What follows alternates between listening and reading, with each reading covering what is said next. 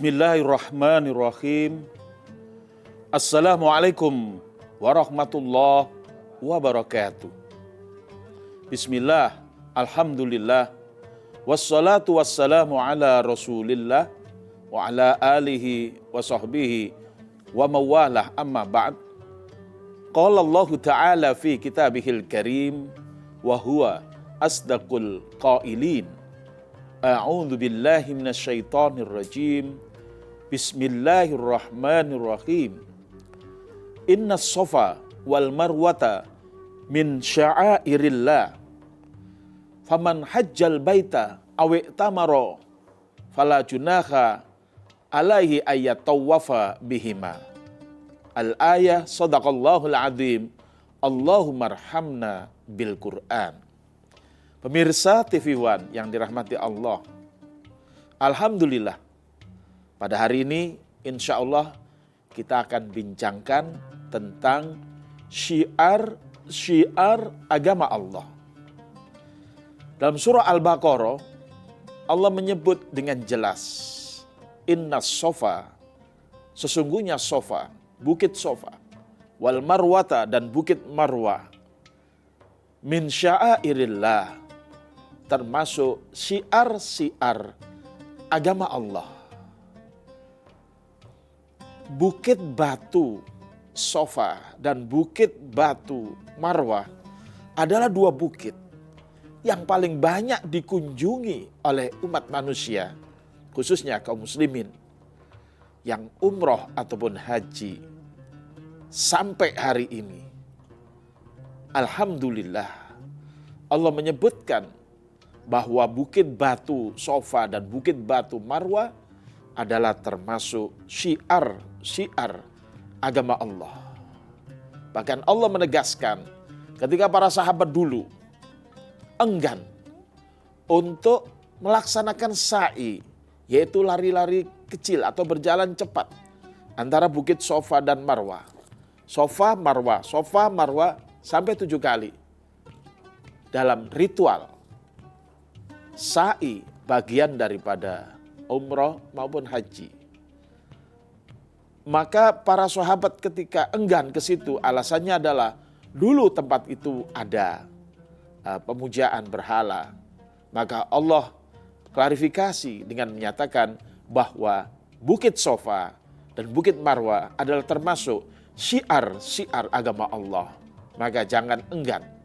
Faman hajjal baita, siapa yang haji ke Baitullah, awik tamaro atau umroh, fala junaka alaihi, maka tidak ada dosa baginya, ayyatawafa bihima, untuk melaksanakan sa'i, yaitu berjalan atau berlari kecil di antara kedua bukit itu, Sofa dan Marwah. Inilah penegasan Allah kepada apa yang disebut oleh Allah sebagai syiar agama Allah. Dalam ayat yang lain Allah menyatakan wal budana ja'alnaha lakum min sya'airillah. Juga al-budna. Apa itu al-budna? Hewan kurban atau unta kurban yang dibawa oleh jemaah haji. Itu juga termasuk syiar agama Allah. Bahkan di masa Rasulullah SAW pertama kali membawa rombongan umroh pada tahun 6 Hijriah. Setelah terjadinya perang Ahzab atau perang sekutu, di mana pasukan sekutu yang dipimpin oleh Abu Sufyan mengalami kekalahan tanpa peperangan, dikalahkan oleh Allah Subhanahu wa Ta'ala. Dalam syair yang sering kita baca atau sering kita senandungkan ketika takbiran, Shadaqa wa'dah wa nasara abdah wa a'azza junda wa hazamal ahzaba wahdah. Shadaqa wa'dah, maha benar Allah dengan janjinya. Wa nasara abdah, Allah telah menolong hambanya, yaitu Nabi Muhammad SAW. Wa hazamal ahzaba wahdah, dan Allah mengalahkan pasukan Ahzab sendirian. Setelah kekalahan kaum Quraisy dalam peperangan di Ahzab, perang Ahzab, yaitu ketika mereka hendak menyerbu kota Madinah, ketika Nabi Muhammad menggali khandak atau parit yang besar, yang ukurannya adalah panjangnya adalah 2,5 kilometer, lebarnya 4 meter dan dalamnya adalah 3 meter. Mereka tidak bisa memasuki kota Madinah, tidak bisa menjebol kota Madinah. Justru mereka mundur dari medan pertempuran dan kembali ke Mekah. Setelah mereka kembali ke Mekah, ternyata datang 1.500 orang sahabat Nabi bersama Nabi, tapi tanpa gelar pasukan. Mereka memang bawa pedang, tapi pedang yang tersarung, bukan pedang yang terhunus. Itu tanda bahwa datang dengan damai. Dan juga mereka membawa al-budna, unta-unta yang siap dikorbankan. Ini ternyata menggentarkan kaum Quraisy, sehingga mereka menghadang, tidak membolehkan Nabi dan 1.500 sahabatnya untuk masuk ke kota Mekah. Karena secara urf pada waktu itu, urf internasional, apabila mereka izinkan masuk, sungguh mereka akan kalah pamor dengan Nabi Muhammad SAW dan para sahabatnya yang diserang dengan kekuatan hard power, pasukan Ahzab yang berjumlah 10.000 orang, dan mereka tidak berhasil menguasai Madinah. Ternyata Nabi Muhammad SAW dan para sahabatnya datang dengan soft power, membawa unta-unta kurban. Inilah yang menggentarkan mereka, dan itulah yang Allah sebut wal budma, dan budna yaitu unta kurban, ja'alnaha lakum min sya'airillah. Kami telah jadikan biar itu unta kurban adalah menjadi salah satu di antara syiar agama Allah. Oleh karena itu, pemirsa TV One yang dirahmati Allah, mari kita cermati apa sesungguhnya yang dimaksud dengan syiar agama Allah. Apakah cuma sofa, marwah, dan budna? Tidak. Segala hal yang menjadi tanda-tanda agama Allah, wabil khusus tanda-tanda kebesaran agama Allah, maka itu semua termasuk dalam syiar agama Allah. Dan kita wajib membesarkannya. Karena Allah berfirman, "Dzalika wa may yu'azzim sya'airallah fa innaha min taqwal qulub." Dzalika, yang demikian itu, wa may yu'azzim, maka siapa yang mengagungkan sya'airallah, syiar agama Allah, fa innaha, maka sesungguhnya itu adalah min taqwal qulub.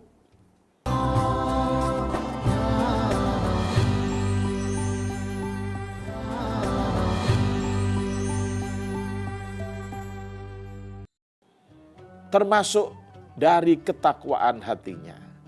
Maka kalau kita ingin betul-betul ketakwaan kita dinilai oleh Allah Subhanahu wa taala sebagai orang yang muttaqin, orang-orang yang benar-benar bertakwa, mari kita besarkan syiar agama Allah. Apa saja syiar agama Allah? Kita bisa lihat bahwa Ka'bah merupakan syiar agama Allah. Ka'bah adalah bangunan tempat ibadah yang pertama kali ditetapkan oleh Allah SWT untuk beribadatan buat manusia.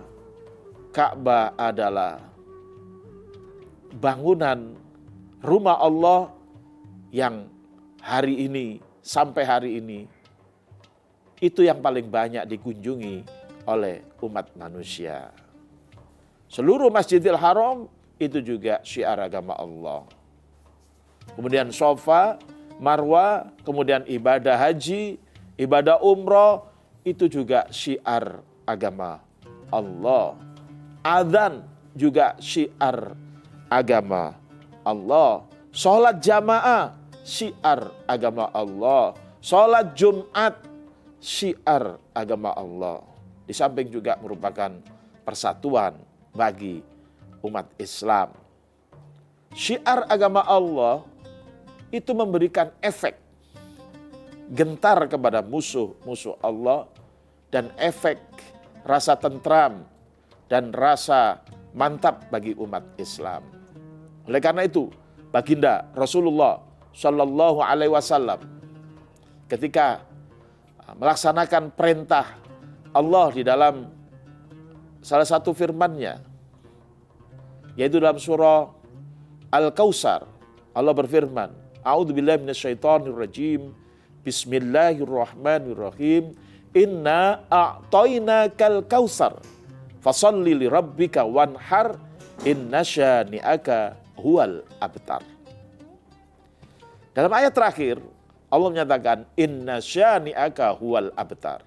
Sesungguhnya orang yang membencimu dialah yang terputus. Rasulullah itu diledek, dilecehkan oleh kaum kafir Quraisy.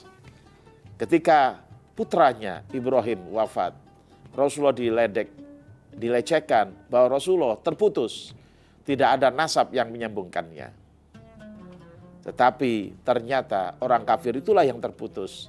Sedangkan Allah telah memberikan kepada baginda Nabi kenikmatan yang banyak, Al-Kautsar. Fasholli lirabbika wanhar, maka sholatlah, sholat Idul Adha untuk Tuhanmu, wanhar, dan sembelihlah kurban. Ini merupakan perintah Allah Subhanahu wa taala kepada baginda Nabi dan beliau melaksanakan.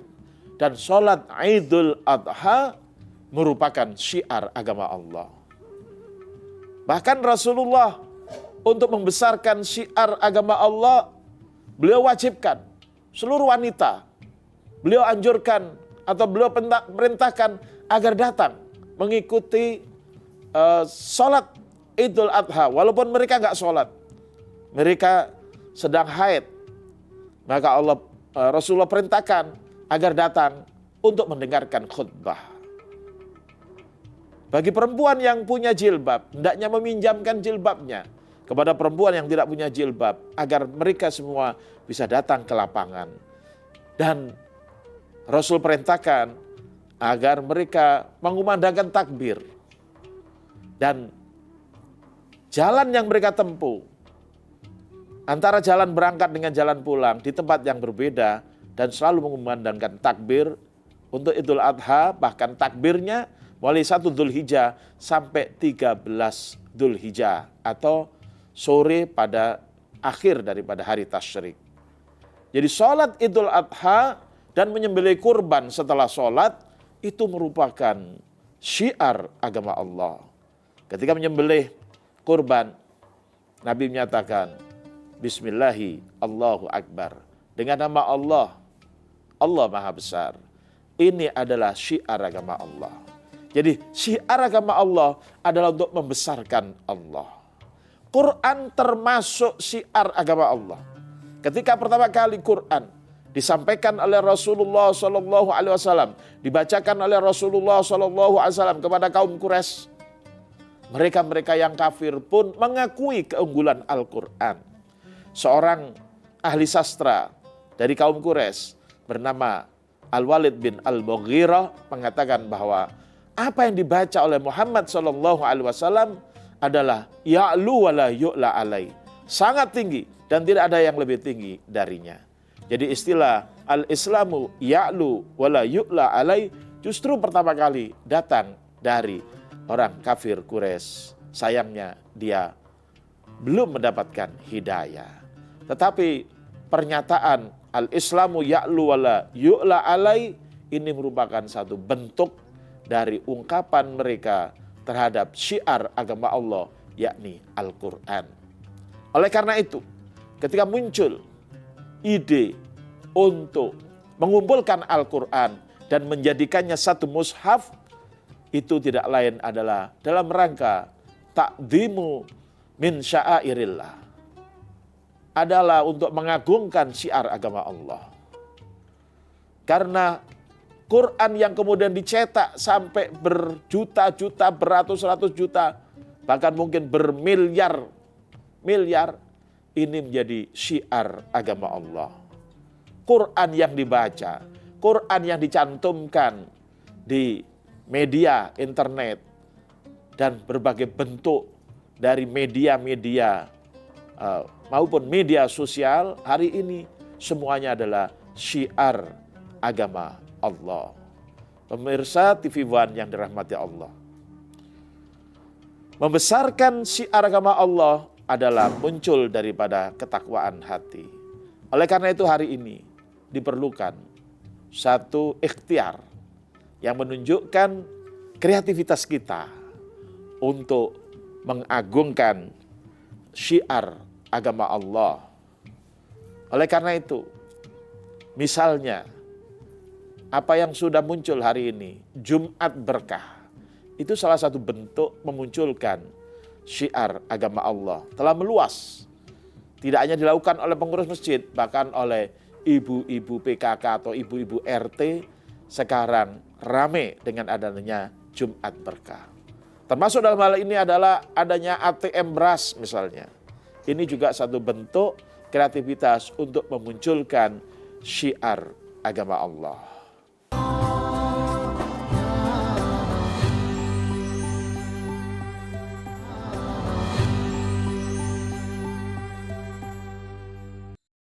Yang bisa juga dilakukan hari ini adalah gerakan Indonesia Sholat Subuh. Satu gerakan yang ingin menjadikan jamaah subuh rame, makmur, serame sholat Jumat. Ini apabila dilakukan secara serius dan apabila jamaah subuh telah membludak seperti jamaah Jumat, itu juga merupakan syiar agama Allah. Ada lagi gerakan Indonesia Sedekah Subuh, yaitu dalam rangka menghadapi atau mengatasi kelaparan. Maka apabila itu dikerjakan oleh tiap-tiap muslim, setiap hari datang dengan membawa beras saat sholat subuh dan mempersilakan tetangga-tetangganya dari jamaah masjid yang sama untuk membawa pulang apabila tidak ada beras di rumahnya. Ini selain juga menolong saudara kita, bentuk ukhuwah daripada sebagai seorang muslim, ukhuwah Islamiyah, juga merupakan syiar agama Allah. Sehingga umat Islam tidak bisa ditembus oleh pihak lain dan tidak bisa dicuri akidahnya karena kebesaran Islam. Allah Subhanahu wa taala berfirman, "Wala tahinu wala tahzanu wa antumul a'launa in kuntum mu'minin." Janganlah kalian merasa hina dan janganlah kalian bersedih hati. Sungguh kalian adalah umat yang tinggi in kuntum mu'minin, jika kalian beriman. Orang-orang yang mukmin adalah orang-orang yang muttaqin. Orang-orang yang muttaqin adalah orang-orang yang mengagungkan syiar-syiar agama Allah. Oleh karena itu, selalu diperlukan pada hari ini menjaga syiar-syiar yang sudah lama, seperti Safa Marwah dengan melaksanakan umroh. Maka hari ini banyak sekali kreativitas dari setiap travel untuk bisa memberangkatkan sebanyak-banyaknya umat Islam di Indonesia untuk pergi umroh. Dan kerinduan masyarakat Madinah dan masyarakat Mekah adalah ketika umat Islam dari Indonesia melaksanakan umroh. Karena umat Islam Indonesia sangat terkenal suka umroh, suka belanja, dan suka sodako. Ini juga merupakan bagian daripada syiar, membesarkan syiar agama Allah. Di samping kita lihat bahwa di Madinah, di Masjid Nabawi, pengaturan daripada kunjungan ke Raudhah untuk mendapatkan keberkahan, untuk melaksanakan sholat dan mendapat berdoa, itu juga diatur secara lebih baik. Demikian juga di Masjidil Haram, di mana pengunjungnya semakin membludak. Sholat Jumat pada hari ini di Masjidil Haram kurang lebih 1 juta. Nanti mungkin di musim-musim tertentu akan jauh lebih besar lagi, apalagi pada musim haji atau pada saat umroh Ramadan. Itu semuanya menunjukkan syiar agama Allah. Ketika umat Islam di Indonesia juga melakukan aksi damai, melakukan perkumpulan, tablik akbar dan sebagainya, itu juga merupakan syiar agama Allah. Demikian juga yang ada dalam siaran-siaran di televisi, di radio, itu juga semua syiar agama Allah. Perlu dikembangkan lagi, kita lihat misalnya adanya speaker Quran, adanya kegiatan-kegiatan seperti tasmi ataupun simaan yang dilakukan setiap bulan, yang ini bisa diharapkan setiap kota atau kecamatan mengadakan. Lalu setelah khatam diadakan tablik akbar atau taklimul Quran, ditampilkan qori-qori internasional. Demikian juga pengadaan pelatihan-pelatihan sholat tarawih serasa di Masjidil Haram. Ini juga bagian daripada ta'dzimu sya'airillah, membesarkan syiar agama Allah. Oleh karena itu, langkah-langkah yang harus ditempuh oleh para pimpinan DKM, bekerja sama dengan pengurus RT RW, bekerja sama dengan pemerintahan yang ada di atasnya, adalah menggerakkan Jamiatul Qurra wal Huffaz, para qori dan para hafid di negeri kita yang bagus-bagus suaranya, yang bagus-bagus langgamnya, untuk mereka diterjunkan ke masjid-masjid pada bulan Ramadan maupun pada bulan-bulan yang lain agar mengisi sholat-sholat yang jahriyah seperti maghrib, isya, apalagi subuh dengan tilawah-tilawah yang merdu dan tilawah-tilawah yang membangkitkan pikiran dan perasaan umat Islam. Taklim dan tablik perlu dibesarkan karena dengan semakin mengertinya umat Islam tentang syiar-syiar agama Allah, maka insya Allah umat Islam semakin meningkat iman dan takwanya, dan dengan begitu umat Islam akan semakin dekat dengan ajaran Islam, umat Islam akan lebih dekat dengan Al-Quran, dan umat Islam akan lebih tergerak untuk meninggikan agama Allah. Perbuatan meninggikan agama Allah, perbuatan menolong agama Allah, perbuatan membantu hamba-hamba Allah, semuanya termasuk dalam pengertian ta'dzimu sya'airillah, adalah mengagungkan syiar agama Allah. Dan mengagungkan syiar agama Allah akan membuat umat Islam lebih dekat dengan Allah. Dan agar mereka bisa mencapai cita-cita sebagai hamba Allah, agar dipanggil dari kiamat sebagai jiwa yang mutmainnah, agar bisa mencapai surga yang dijanjikan oleh Rasulullah, yaitu Jannatul Firdausil A'la, maka diperlukan segala kreativitas dan segala pengorbanan untuk meninggikan syiar agama Allah. Segala kerjasama dari berbagai pihak umat Islam dalam meninggikan syiar agama Allah akan menjadi keajaiban di masa modern ini, di mana umat mengambil langkah untuk meninggikan syiar agama Allah. Semoga bangsa Indonesia dari Sabang sampai Merauke semuanya terlibat pikiran dan perasaan, kedudukan maupun hartanya dalam rangka ta'dzimu sya'airillah, syiar agama Allah. Wallahul muwaffiq ila aqwamit thoriq, wal afu minkum. Wassalamualaikum warahmatullahi wabarakatuh.